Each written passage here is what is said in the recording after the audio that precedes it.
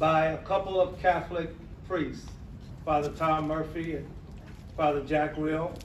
St. Joseph and Sacred Heart came together, along with many other activists and laypersons, trying to find a way to solve the problems of the day in the mid-60s. As you know, that race was at the forefront. The city was coming through, model cities, so that tells us that there was economic and urban blight. And by the way, we've always had rural challenges as well, with poverty and limitations in employability. And so these individuals came together because they understood that without a sense of shared possibilities, of working alongside of each other, it would not be possible. They started finding out what the true issues were in their community. And they said, we got to get these issues before the power that be to find some solutions to the grief and the pain that so many were experiencing. When I think about what they did, they started out with centering people. And sometimes in the work that we do, and the pace that we go, we lose track of centering people. Before they had a grant, they centered people. Before they had a program or an institution to facilitate it, they centered people. Because they knew this valuable understanding that people are not our problem, but people really do have real problems. People are not your major challenge, but people have major challenges. And they found a way to come together because relationships matter. My friends, looking out over across the sea of individuals here, I know for sure that relationships matter. There is no beauty but in relationships. Anything that is separate, detached, becomes distant and socially ugly. We work together to stand alongside of each other because Project Now cannot do this by themselves. We're not that egocentric. We don't have narcissistic narratives about how wonderful we are independently from our community. Our founding says that we do this work in and through people. We do so many things in our agency, but very little of it is for people. The overwhelming majority of it is with people. That's our stance. That's our commitment. They understood that poverty separates and segregates. So before they started running out and getting programs, and yes, we would grow our programming. Within 10 years, we would have our Head Start program, and I'm a Head Start graduate. My mother taught Head Start for 30 years. All of my siblings are Head Start graduates. I'm proud of that. We would have weatherization to plug up the holes in the walls of homes and the wind that whips under doorways. And in our job, in our work, we have seen homes that look secure from the outside and have seen shower curtains stuffed in cracks to keep rain and weather from whipping through. Our responsibility is to do what they did. Before they started trying to go get a grant for everything, they started working with people. Having these conversations on doorsteps and backyards. We started outreach sites so that we could be proximate to people because poverty separates and poverty segregates. It separates people from people, and it segregates poor people from resources. All of us right now can think in our head, whatever city we belong to, whatever state that we have traveled from, you know where the poor community is, don't you? You know when you start going into one, don't you? You can look at the environment and the landscape, you can tell. And it's not simply because they don't take care of their lawns. It is that you start noticing that there's a lack of small business development in that community. You start noticing that there are empty lots that have been empty for 10, 20, 30 years. You start noticing that the opportunities have flown over the head of so many. You start saying to yourself, where is the local bank? And you realize there's not a banking institution at all. You start realizing that I want a fresh fruit or vegetable and you realize there's no grocery store, it's a food desert. And you start to realize in the places that so many have said don't have disposable income, but yet there are predatory lending companies in those places that are most vulnerable with credit scores that are far under 600. And you start asking yourself, why would they go and plant businesses there? And I have yet to see one of them close down for a lack of business. Our challenge is to understand that poverty separates and segregates. Some years ago, I was coming out of a retail store here locally, and there was a seasoned woman who was starting having heart palpitations. They were working to assist her, and one of the clerks came out from behind the counter and got her outside to get fresh air. They sat her on the curb. So many people were walking by, and some stopped, and others just continued with bags, no judgment. She took a few deep breaths and said, I'm ready to go now.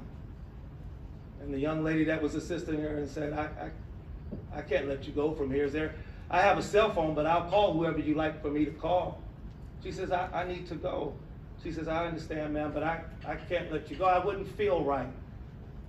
And she pulled out her cell phone. She says, who would you like for me to call? And the seasoned woman looked, her face was almost pale. Eyes seemed dilated, looked into nothingness, and whispered these words, there's no one to call. Our work brings people together. I never wanted to be said that in our service delivery area, in our bi-state reality, in the work that we do collectively, regionally, and statewide, I never wanted to be said on our watch that there was no one to call. And by the showing of who we are today and all of our friends, I know that there will always be someone to call because we care about people, that we would assume more responsibility. We do this work not because we couldn't find work in another sector of society. We do it because we're good at it. We do it because our heart leans in that direction. We do it because we have acquired a set of skills in helping people move up and out of poverty. That's our responsibility. And so we've all come. Today, you're going to hear panels. We're going to talk about challenges. We're going to move toward more solutions. And we're going to kick off a year that is our 55th anniversary year of doing more mobilizing, more pulling people together, more bringing those who have been disaffected, disassociated, and detached from all of the prosperity and the opportunities that so many else enjoy. We're going to bring those people to the fore because the people that are in the most pain got to help drive the train. They're not the caboose. They have to be leading. So we make space. I'm so glad that you're here. My final thought is that some years ago, many of you know that I'm a third generation combat veteran. I love the military. I just hate war. I love what I had a chance to do along so many others and learn and grow, expand my leadership. But in my responsibilities as a U.S. Marine, I had a chance to do the high-speed, low-drag stuff, rubber boat hanging off the side and stuff, jumping off. I had a wonderful time. I was leading a community action agency in Nebraska, and my staff thought it was important, being a part of a leadership cohort, we were going to go and do some rope course drills. Now, I've had my share, and I wasn't anticipating going and doing it again. When we got out there to the field, and of course I mustered up the proper face so that no one knew that I was rappelling in the inside. I saw the rope course at 45-degree angle. And these individuals that were standing around, some were instructors, others were volunteers. And he said, here are the ground rules. Each one of you gonna get a chance to climb up one of these ropes, hand over hand, underneath. If you have the strength, you can roll over on your belly and pull up inch by inch, inchworming. And if you get caught there and life becomes tough for you up there, your grip begins to slip, Don't worry, because everybody else below has this net. And let's practice. Let's pull the net. And we found out we put tension in the net. He says that if you begin to fall, your responsibility was to yell, falling. And our responsibility was to immediately say, stretch, and we would stretch the net. That's all. And it was some people's lot. They would get up halfway, have difficulty, could not make it to the completion of the routine and the route, and they would scream, falling.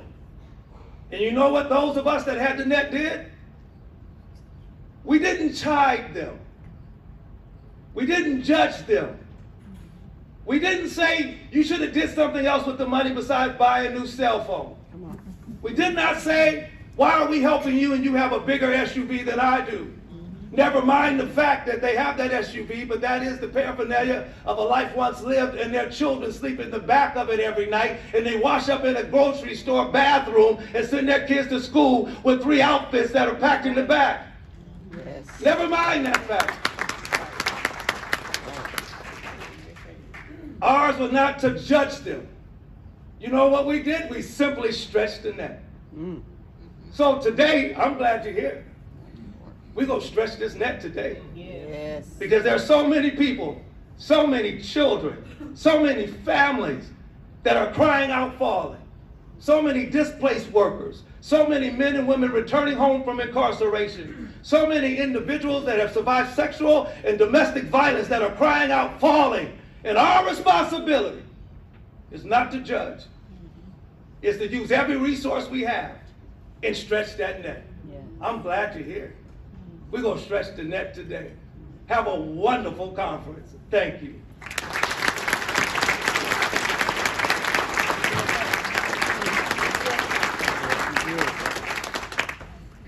We're going to move with dispatch. We have a couple of things to say. Our sponsors have been wonderful. And the space that we have and all of the commitments, you can see the layout here.